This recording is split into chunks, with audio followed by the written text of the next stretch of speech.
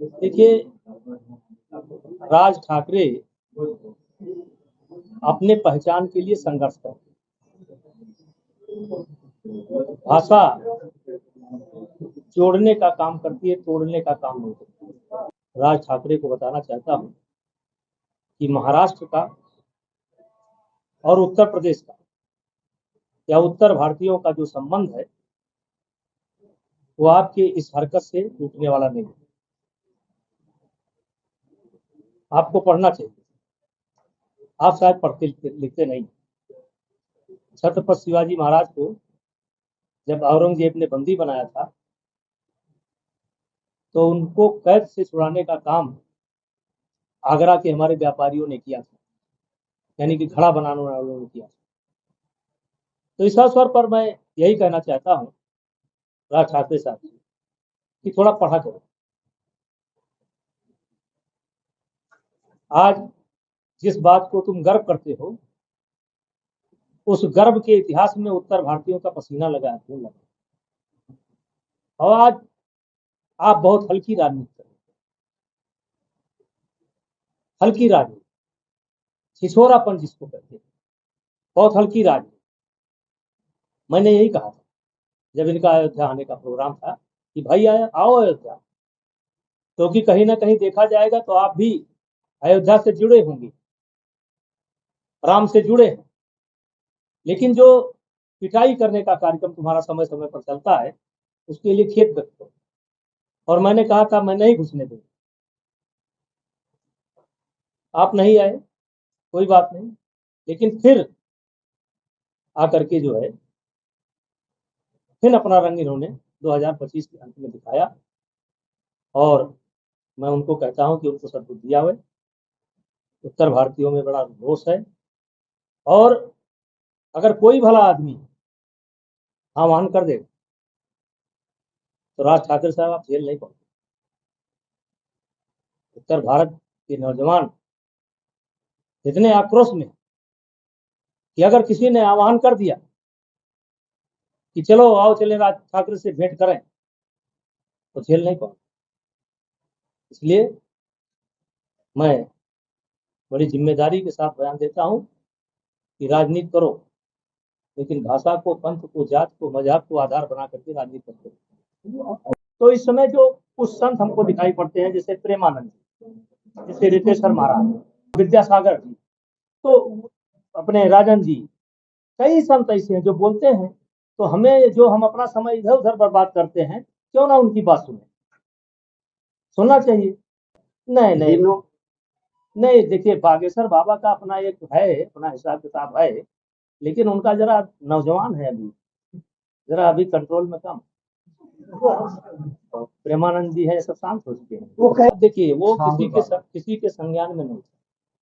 हम लोग भी इसी धरती पर रहने वाले हैं, आप भी इसी धरती रहने वाले हैं, वो किसी के संज्ञान में नहीं। ये बात आई, कानून उस पर जबरदस्त कार्रवाई कर रहा है, उत्तर प्रदेश सरकार जबरदस्त कार्रवाई कर रहा है। हम काम ही ऐसा करते हैं कि भाजपा वाले भी तारीफ करते हैं, सपा वाले भी तारीफ करते हैं। हम काम ही ऐसा करते हैं, हम समान दृष्टि से सबको देखते हैं। हम आलोचना भी किसी की करते हैं तो एक मर्यादा में रहकर करते हैं। देखिए, इससे एक बात निश्चित हो चुकी है कि राहुल गांधी और उनकी सहयोगी पार्टी बिहार में अपना हार मान चुकी है, वो तय कर चुके हैं कि हम हारने जा रहे हैं।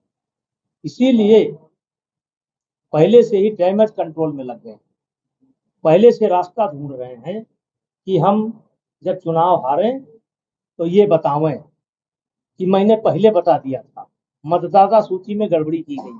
जबकि आप जानते हैं हर चुनाव के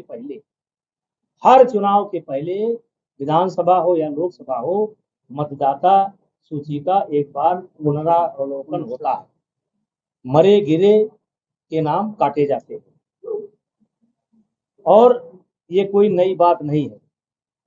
और जिस तरीके से, क्योंकि दूसरा सवाल आपका वही होने वाला है, जिस तरीके से पप्पू यादव को अपमानित किया गया, जिस तरीके से कन्हैया को अपमानित किया गया, ये दिखाता है कि रस्सी जल गई है लेकिन ऐठन नहीं गई है, साहब की ऐठन नहीं गई।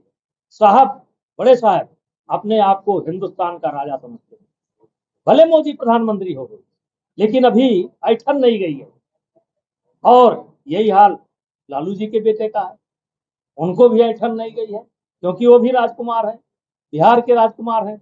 तो अब राजकुमार के बगल में पप्पू खड़े हो जाएं, राजकुमार के बगल में कन्हैया खड़े हो जाएं और बराबर खड़े हो जाएं, तो ये रास नहीं आता। ये दिखाता है ठसक राजशाही का कि कन्हैया फन्हैया होंगे नेता, कोई बात नहीं है, लेकिन बगल में नहीं खड़े हो सकते।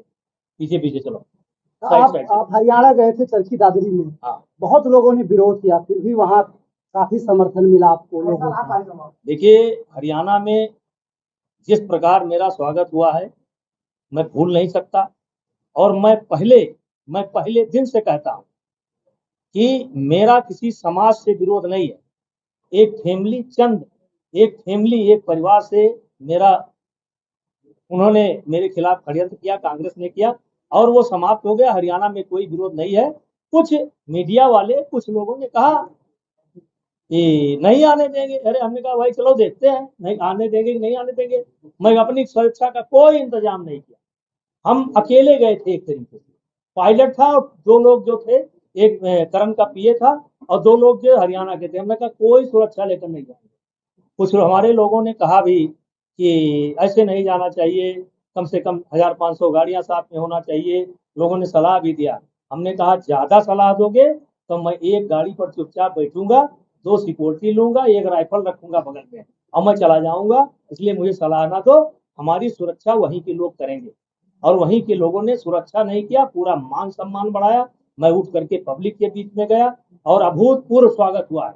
और मैंने भी कोशिश की कि हमारे भाषण से किसी का दिल न टूटे, किसी का अपमान ना हो। आपने पूरा भाषण सुना होगा। और हरियाणा मुझे बहुत प्रिय है। यहाँ से फिर कह रहा हूँ, खेल के मामले में हरियाणा मुझे बहुत प्रिय है। हरियाणा खेल का मुकुट है, खेल का बादशाह है, क्योंकि वहाँ की माताएं, वहाँ के गार्जियन जितना समर्पण अपने बच्चों के प्रति करते हैं, उतना देश में किसी कोने पर के लोग नहीं करते। इसलिए मैं हरियाणा की इज्जत करता हूँ और हरियाणा के खिलाड़ियों का इज्जत करता हूँ। फिर कह रहा हूँ, वहाँ मैं योगेश्वर दत्त का जो वर्ल्ड चैंपियन है, हरियाणा में बड़ा सम्मान है। हाथ पकड़ करके कहा था कि कोई बेइंसाफी नहीं होगी। फिर मैं कह रहा हूँ, जात के आधार पर, भाषा के आधार पर, मजाक के आधार पर, प्रांत के आधार पर किसी खिलाड़ी के साथ कोई अन्याय नहीं होगा। और हरियाणा के लोगों को मैं यहाँ से प्रणाम करता हूँ। हरियाणा का भी हमारा पुराना संबंध है।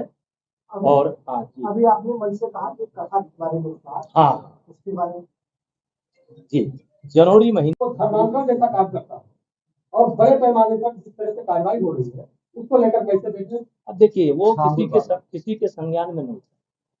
हम लोग भी इसी धरती पर रहने वाले हैं, आप भी इसी धरती रहने वाले हैं। वो किसी के संज्ञान में नहीं। ये बात आई, कानून उस पर जबरदस्त कार्रवाई कर रहा है, उत्तर प्रदेश सरकार जबरदस्त कार्रवाई कर रहा है। और अब उसमें शेष कुछ बचता नहीं। अच्छा, जिस तरीके से मतदाता परीक्षण को लेकर के बोलना है, आपने अभी कहा कि हमारे गुरु हैं। हाँ, वर्तमान परिस्थिति है, उस पर बोलते जरूर है। अभी उनकी एक भजन सुन रहा था कि आदत बुरी सुधार लो, बस हो गया भजन, मन की तरंगे मार लो, बस हो गया भजन। यही मैं विद्यार्थियों को संबोधित कर रहा था कि अपने मन पर विजय पा लो, बस भजन हो गया। मन पर ही तो विजय पाना है। तो इस समय जो कुछ संत हमको दिखाई पड़ते हैं, जैसे प्रेमानंद, जैसे रितेश्वर महाराज, जैसे ये अपना एक क्या नाम भूल गया है, हाँ विद्यासागर जी, तो अपने राजन जी, कई संत ऐसे हैं जो बोलते हैं। तो हमें, जो हम अपना समय इधर उधर बर्बाद करते हैं, क्यों ना उनकी बात सुनना चाहिए। लेकिन उसी में एक संत है बागेश्वर बाबा। नहीं नहीं, देखिए बागेश्वर बाबा का अपना एक है, अपना हिसाब किताब है, लेकिन उनका जरा नौजवान है, अभी जरा अभी कंट्रोल में कम। प्रेमानंद जी है, सब शांत हो चुके हैं। वो कह रहे हैं कि हम गजवाए हिंद जो चलाने की बात हो रही, तो उन्होंने कहा भगवाए हिंद। किसी भी चलिए उनका भी सुना करिए।